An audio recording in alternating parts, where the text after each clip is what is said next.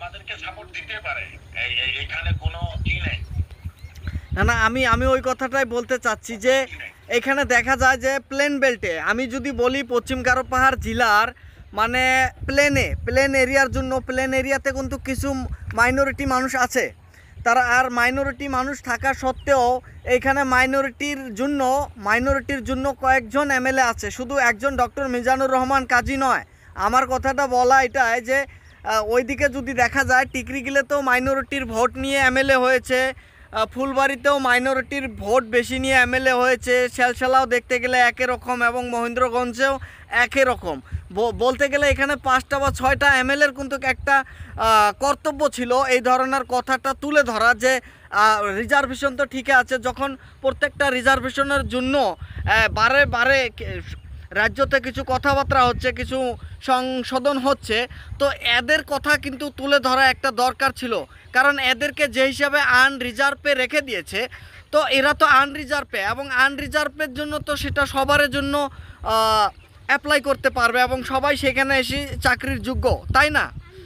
তো যেহেতু গারো, খাসি এবং জয়ন্তী এবং ওবিসির জন্য একটা পার্সেন্ট দেওয়া হয়েছে, তো একইভাবে যদি প্লেন্টের মানুষেরা আছে, যারা মাইনরিটি আছে এবং যারা নেতারা আছে, তাদেরকে কি ধরনের কথা অফিসে এবং যে সংশোধন আছে সেই সংশোধনে কি ধরনের ফাইল তাদেরকে জমা দিতে লাগে বা সরকারের কাছে তাদেরকে কি ধরনের দাবি জানাতে লাগে, আমি ওটা আপনাদেরকে বলছি। মানে আমি আপনাকে এটাই বলছি যে তাদেরকে কি ধরনের দাবি জানানি লাগে।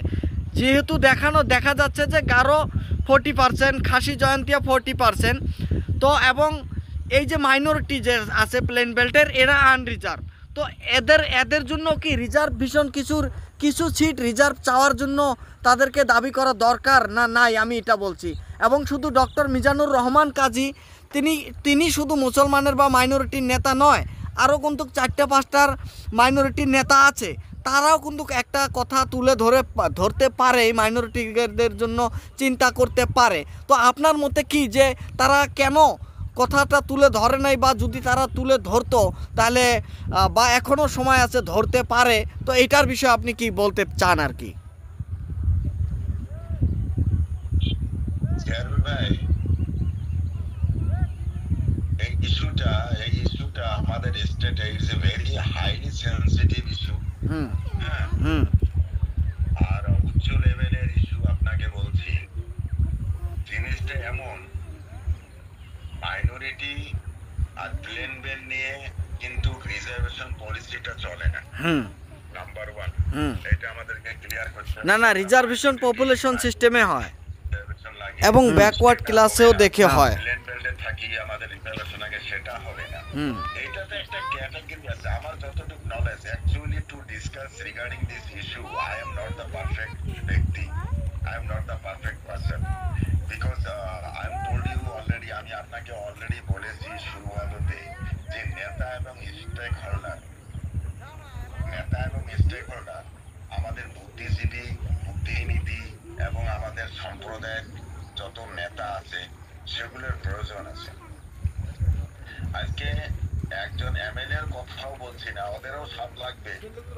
আজকে রিজার্ভেশনটা আসে এসটি, এসসি, ওবিসি, এগুলোর উপরে একটা ক্যাটাগরি ভাগ করা আছে আমাদের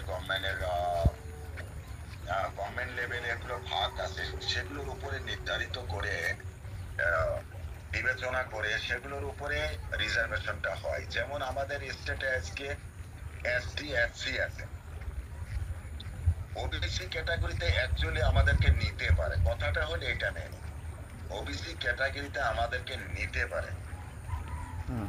তো দাবি, আজকে যদি আমরা একটা দাবি না, আমরা যদি একটা সাজেশন আউট করাই, যে সাজেশনটার উপরে আমরা যদি গভর্নমেন্ট লেভেলে আলোচনা করি, বিবেচনা করি যে আমাদের ওবিসির আন্ডারে আমাদেরকে একটা রিজার্ভেশন দেওয়া হোক। আমি বলি না 4%, 5%, 10%, এগুলো বলি না। ওবিসিতে একটা ক্যাটাগরি থাকে, ওবিসিতে একটা রিজার্ভেশন অলরেডি থাকে। সেই রিজার্ভেশনটাই যদি আমাদেরকে উপভোগ করতে দেওয়া হয়, তাহলে হয়তো আমাদের সম্প্রদায় এবং কমিউনিটিটাও কিছু উন্নত হতে পারবে।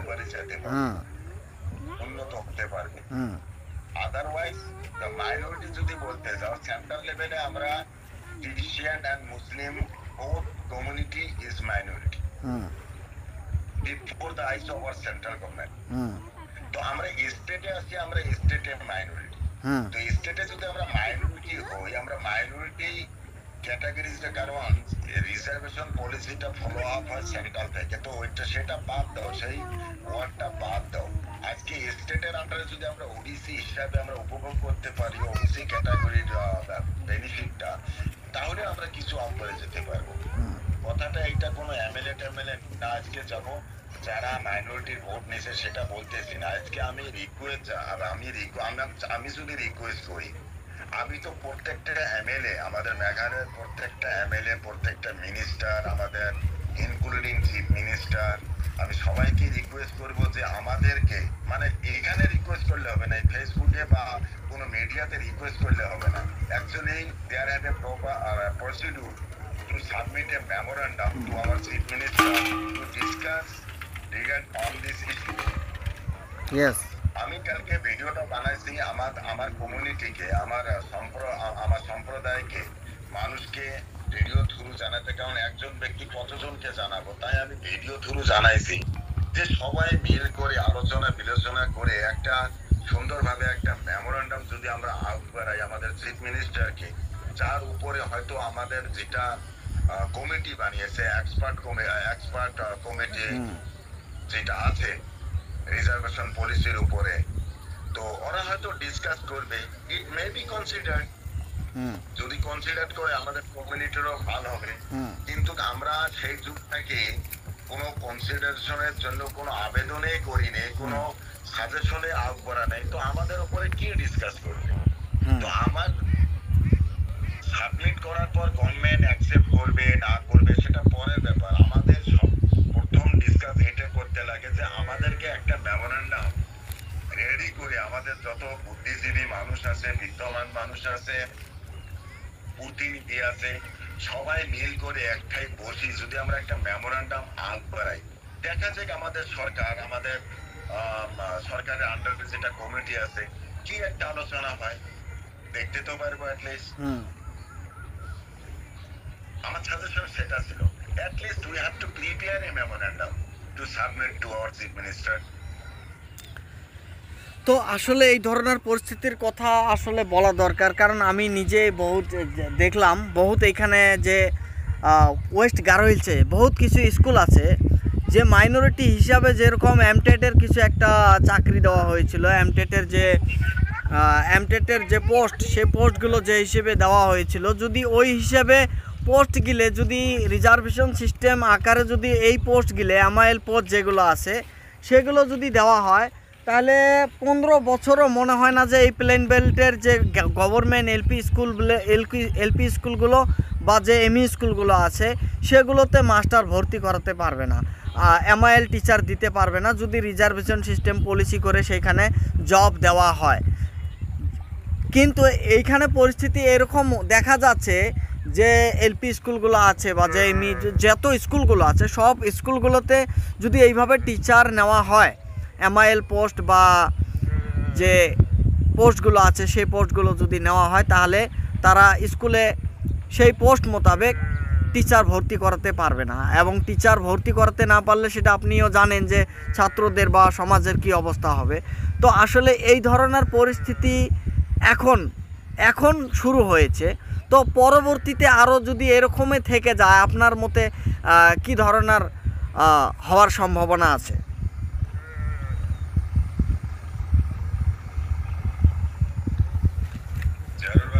হ্যাঁ,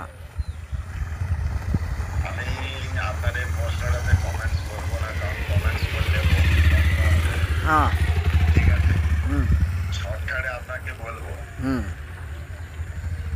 যা কিছু হয়েছে জব রিজার্ভ পলিসিতে আমাদের জন্য খারাপই হয়েছে, ঠিক আছে। তো আমাদের কমিউনিটির তরফ থেকে খারাপ হল কি ভালো হল কেউ কিন্তু বলে নাই, সরকারকে বলে নাই, ওখানে কিন্তু বলার রাস্তা আছে। কেউ বলছে কি? কেউ তো বলেনি। না। কারণ আমরা একটা ছোটবেলায় বলছি হুই থকা কুকুর হুই থকা শিয়ালে হ্যাঁ কুকুরা ধরিব নোয়ার, হুম হয় না? হ্যাঁ we are the sleeping Fox. Hmm sleeping Fox আমরা ঘুমিয়ে আছি, হুম আমরা ঘুমিয়ে আছি। আজকে আমাদের সরকার যেটা করতেছে, আমরা কোনো সাজেশন আগেও দিইনি, আবার করার পরও কোনো আমরা অভিমত জানাইও নি হুম সরকারকে। হুম তো তখন আমরা জানাই নেই, সরকার কি বুঝবে? হুম তো দোষটা আমাদের না? হুম। আমরা সাজেশন করাই না, হওয়ার পরে আমরা কোনো প্রোটেস্ট জানাই। হুম তো যা কিছু করেছে সরকার রাইট করেছে। হুম যখন প্রোটেস্ট হয়, সরকারের একটা নিয়ম আছে, যদি একটা এমন একটা নীতি বানিয়ে আমাদের উপরে লাগু করে, আমাদের যদি জনসাধারণের কোনো কথাবার্তা সমালোচনা তার উপরে না হয়, তাহলে সরকার কি বুঝে নেয় জানো? হুম যে this rule is perfect. Perfect yes না আমরা দ্বিমত জানাই, হুম না আমরা প্রোটেস্ট করি, হুম আমরা মাথা পেতে মানি নিয়ে, ওই যে স্লিপিং ফক্স বলছি না, আমরা হুম। মাথা পেতে মানি নিয়ে চলি, তো সরকার জানে হুম। This rule is perfect. তো কবির ভাই আজকে ধন্যবাদ আপনাকে বহুত কিছু আপনার সময় দেওয়ার জন্য, এবং আমরা এটার বিষয় নিয়ে আরও ডিসকাস করব কয়েকজনকে নিয়ে। তো আজকের যেটা হ্যাঁ হ্যাঁ কবির ভাই হ্যাঁ দরকার আছে, এটার বহুত দরকার আছে, সেই জন্য আমরা আরও কয়েকজনাক নিয়ে এটা এই ধরনের ডিসকাস করার জন্য চেষ্টা করব। তো কবির ভাই ধন্যবাদ আপনাকে বহুত বহুত।